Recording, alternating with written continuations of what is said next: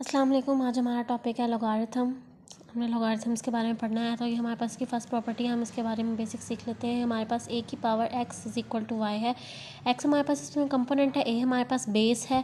और हम इसको यूँ पढ़ेंगे कि x is called the logarithm of y to the base a। x is called the, लिख लेते हैं, x is called the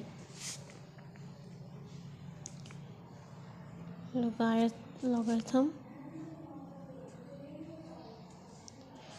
of y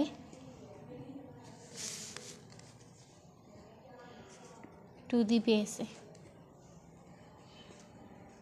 हम इसको ऐसे रीड करते हैं, ठीक है। और इसका हमारे पास दूसरा टिपिकल टाइप जो है वो लिखने की ये है, ए की power x is equal to y, यानी x is called the logarithm of y to the base a। इसको हम ऐसे भी टाइप कर सकते हैं, इस तरीके से भी लिख सकते हैं। ये और ये सेम चीज़ें हैं। इसका मतलब ये जो मैंने दरमियान में मिड में साइन लगाया हुआ है, इसका मतलब ये है, इट्स मीन कि आप इसको ऐसे भी लिख सकते हैं और इसको ऐसे भी लिख सकते हैं। यानी कि आपके पास एक्सरसाइज में बहुत से क्वेश्चंस ऐसे आएंगे जिसमें उन्होंने ये फॉर्म दी होगी, उन्होंने कहा होगा आप ये निकालें, या फिर ये दी होगी ये निकालें, या फिर वैसे ही उन्होंने कोई एक्स की वैल्यू फाइंड आउट करने के लिए कहा होगा जिसमें वो हम ये दो प्रॉपर्टीज़ यूज़ करके आंसर फाइंड आउट करेंगे। नेक्स्ट एग्जाम्पल देख लेते हैं। जैसे हमारे पास है 3 स्क्वायर इज इक्वल टू 9। तो इसको हम ऐसे लिख सकते हैं, क्या हो जाएगा हमारे पास, log 3 9 इज इक्वल टू है 2। और इसको फिर हम आगे सिमिलरली ऐसे लिख सकते हैं, 3 स्क्वायर इज इक्वल टू 9, ठीक है। यानी ये चीज़ें हमारे पास सेम हैं। अच्छा, सिमिलरली नेक्स्ट एग्जांपल हम एक और एग्जांपल ले लेते हैं। वो हमारे पास जो पावर है वो नेगेटिव है, इज इक्वल टू होता है हमारे पास 1/2, ठीक है। इसको हम कैसे लिख सकते हैं, अब आप ये देखें, ये हो जाएगा हमारे पास log 2 1/2, ठीक है। और ये आगे हमारे पास इक्वल टू हो जाएगा -1, ठीक है। सिमिलरली ये चीज़ें इस तरह हमारे पास ये सेम वही 2 की पावर -1 इज इक्वल टू 1, 2 की power -1 is equal to 1/2। Similarly यानी ये जो दोनों चीज़ें हैं ये हमारे पास सेम होती हैं। इसी तरह हमारे पास एक और एग्जांपल है। इसमें हमारे पास सिंपल था कि हमारे पास टर्म्स दी हुई थी, हमने उसे लॉग में कन्वर्ट किया था। अब हमारे पास एक टर्म होगी जो कि लॉग में होगी और हम उसको सिंपल में कन्वर्ट करेंगे। वो कौन सी है हमारे पास, log 3, ठीक है। 27 इज इक्वल टू 3, 3 पावर 3 यानी इसकी पावर आ जाएगी 3 पावर 3 इज इक्वल टू है 27। और आप देखें 3 की पावर 3, इट्स मीन 3 जो है वो 3 टाइम्स मल्टीप्लाई हो रहा है और हमारा इसका आंसर हमारे पास 27 ही आता है। नेक्स्ट एग्जांपल हमारे पास एग्जांपल 3 है। इसमें हमारे पास है log 4 2, हमने फाइंड log 4 2 करना है। और इसको हम ऐसे रीड कर सकते हैं, log of 2 to the base 4। ये जो हमारे पास log के नीचे होती है इसको हम बेस कहते हैं, ठीक है। हम इसको रीड करेंगे log of 2 to the base 4। इसको हमने फाइंड आउट करना है, तो हम इसको कैसे, इसका सोल्यूशन स्टार्ट करते हैं। तो ये हमारे पास कैसे आएगा, log 4 2। अब हमारे पास log 4 2 इज इक्वल किसी के भी नहीं है हमारे पास। हमेशा मैंने आपको जैसे ऊपर दिखाया था कि हमारे पास ax is equal to y है। जैसे यहाँ पे log 327 इज इक्वल की दूसरी साइड पे कोई चीज़ होती है जो हमारे पास log के नीचे जो ये इसको हम बेस कहते हैं, इस बेस की ये जो इक्वल के साइड पे दूसरी चीज़ होती है ये इसकी पावर बन जाती है, और जो 27 है ये दूसरी साइड पर चला जाता है। तो यहाँ पर हमारे पास इक्वल की दूसरी साइड पर कोई चीज़ नहीं है, तो हम वो लेट कर लेंगे, let is equal to x. तो ये हमारे पास हो जाएगा 4 power x is equal to है 2, ठीक है। अच्छा, 4 पावर 2x हो जाएगा। अब आप देखें 2 की power 2 is equal to x which is equal to है 2। अब ये हमारे पास हो जाएगा 2 की power 2x is equal to है 2। अब आपको पता है ये प्रॉपर्टी है कि अगर आपके पास बेसिस सेम हो तो उसके जो एक्सपोनेंट्स होते हैं वो इक्वल होते हैं। फॉर एग्जांपल यहाँ पे बेस क्या है, 2 है, यहाँ पे भी बेस 2 है, इसके पास यहाँ पे कोई एक्सपोनेंट नहीं है, तो इस मीन कि इसका जो एक्सपोनेंट है वो 1 है। तो हमारे पास if we have the same basis, if we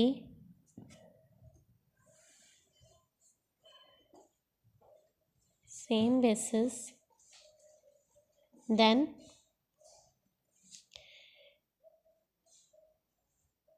its power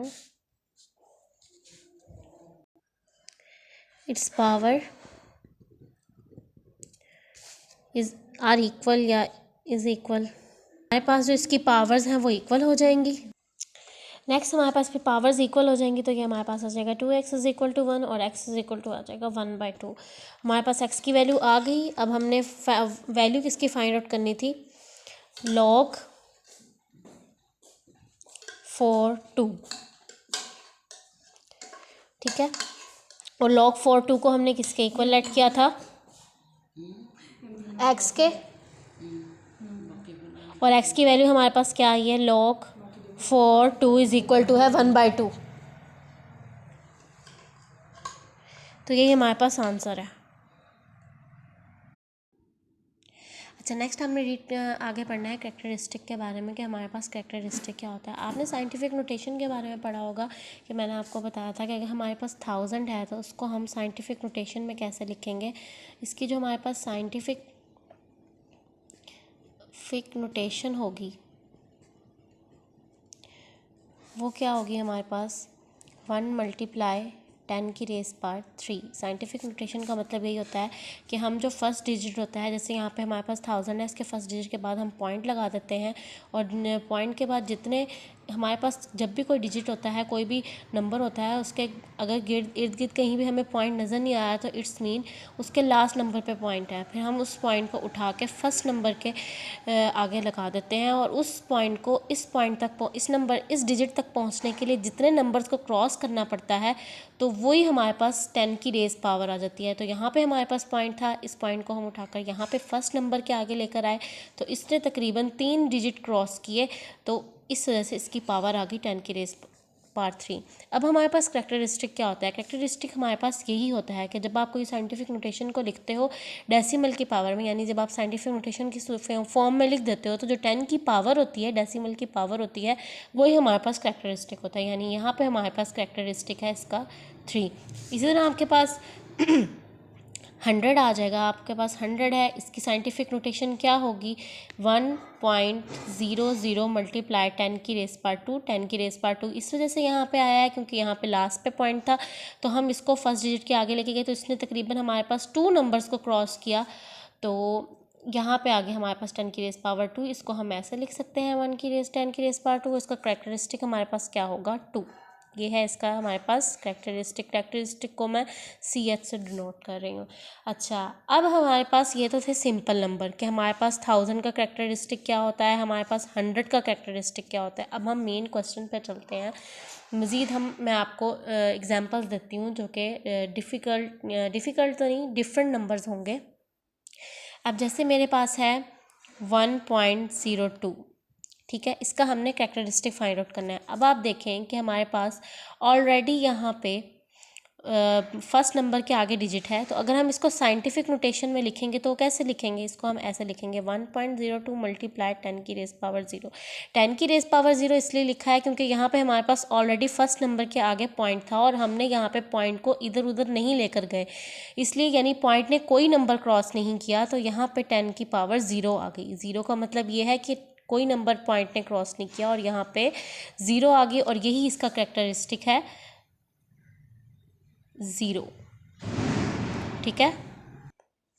यानी आपके पास कोई भी नंबर होगा, अगर आपने उसका कैरेक्टरिस्टिक फाइंड आउट करना है तो पहले आप उसको साइंटिफिक नोटेशन में चेंज करेंगे। साइंटिफिक नोटेशन के बाद आपके पास डेसिमल की जो भी पावर होगी वही उसका कैरेक्टरिस्टिक होगा। हम आगे डिफरेंट नंबर पे चलते हैं 99.6। अब देखें यहाँ पे पॉइंट हमारे पास 2 डिजिट्स के बाद है, जबकि हमारे पास साइंटिफिक नोटेशन में जब हम इसे कन्वर्ट करेंगे तो हमारे पास जो पॉइंट है वो फर्स्ट डिजिट के बाद होना चाहिए, तो फर्स्ट डिजिट के बाद हम पॉइंट लगाएंगे। अब इस पॉइंट को फर्स्ट डिजिट के पास पहुंचने के लिए कितने नंबर्स को इसने क्रॉस किया है, इसने सिर्फ एक नंबर को क्रॉस किया है, इस वाले नंबर को, ठीक है।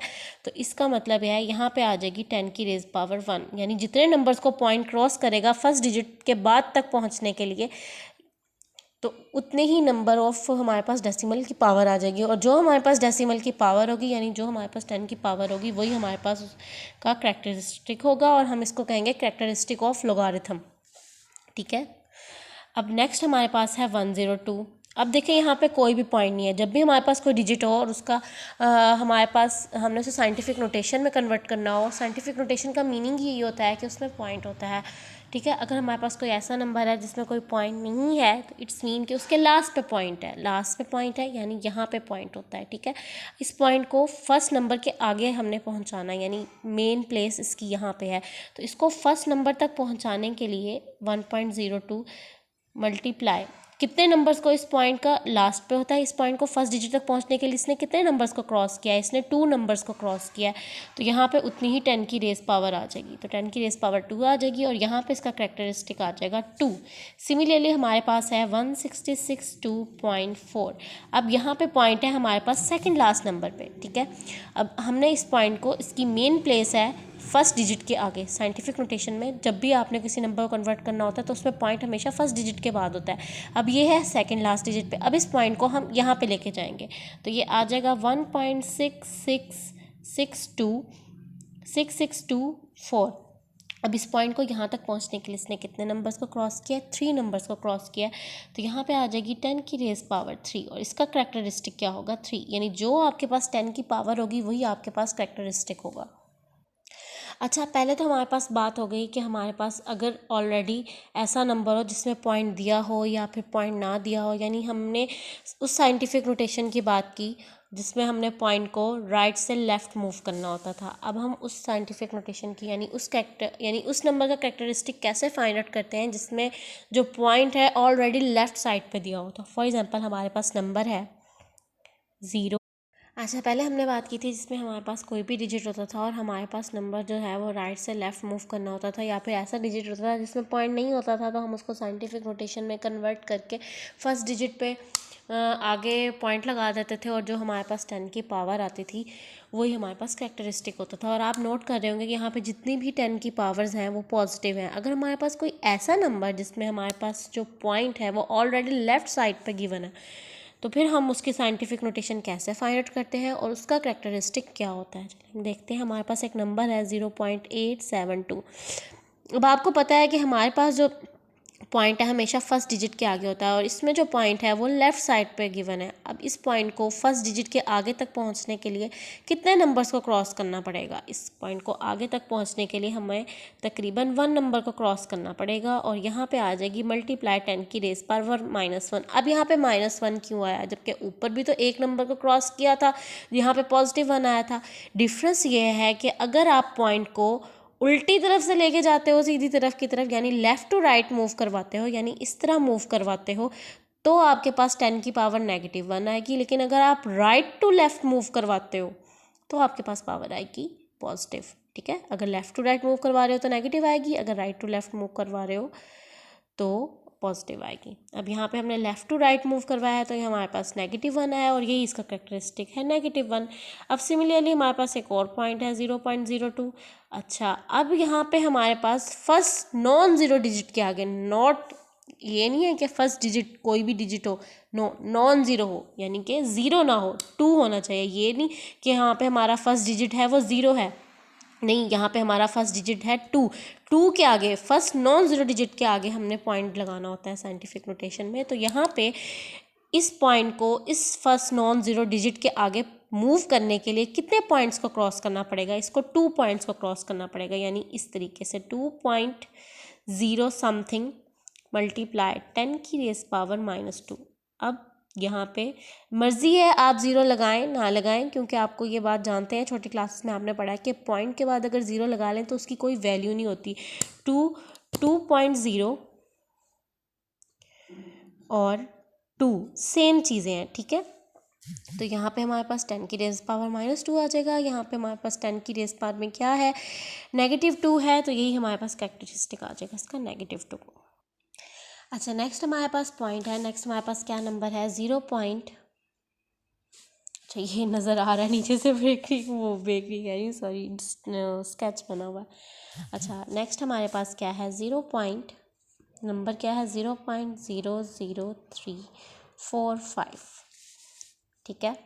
अच्छा, अब इसको साइंटिफिक नोटेशन में कन्वर्ट करेंगे। साइंटिफिक नोटेशन में हमारे पास क्या होता है कि हमारे पास फर्स्ट नॉन ज़ीरो डिजिट के आगे पॉइंट आना होता है। नॉन ज़ीरो नंबर यानी कि 0 ना हो। अब इसमें कौन सा नंबर ऐसा है जो 0 नहीं है, 3 है, इसका मीन यही हमारा फर्स्ट डिजिट है।